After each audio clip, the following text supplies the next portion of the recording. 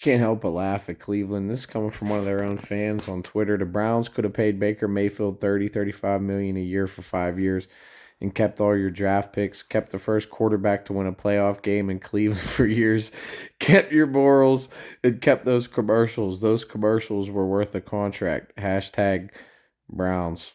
So there it is. The Browns are still missing Baker Mayfield.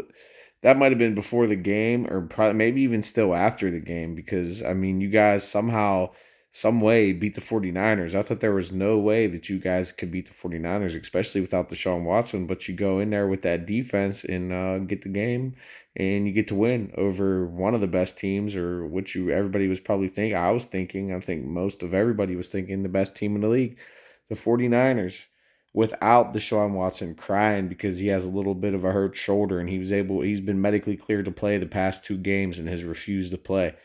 And you get to win. So you gave up 3 first round draft picks, got rid of Baker Mayfield, and now you're stuck with Deshaun. And what are you going to do with Deshaun? Are you going to trade him? What's he worth? You're never going to get back what you paid for him. Never, ever, ever. Especially the way he's playing and how much you're paying him. Nobody wants that. Nobody wants that. That's craziness.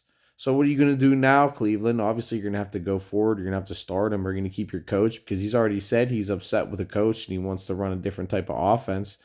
And your offense is built to run the ball. Your offense was built around Nick Chubb. Your offense is built on the running game. Now you bring in Deshaun Watson, you have to spread it out. You don't have the receivers to spread it out, Cleveland.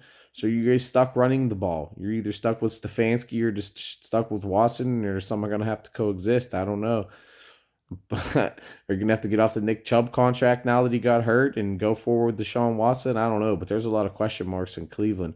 You got to win, and you still got so many question marks right now. You got a star quarterback that at least you're paying to be a star, paying to be a 5,000-yard passer, to at least go in there and play games and not lose you games, because it's obvious you're losing games because of Deshaun Watson, not because of your defense, not because of your offensive line, not because of your running game, because of Deshaun Watson. The Pittsburgh game, he lost that game. I don't know how many interceptions, threw the pick six, 2 horrible penalties that he never should have got, them face mask penalties, and just dumb shit. Dumb throws, bad throws, happy feet, just not good in the pocket, not good at quarterback at all. And you're paying him like he's elite, and he's not even a top 20 quarterback right now.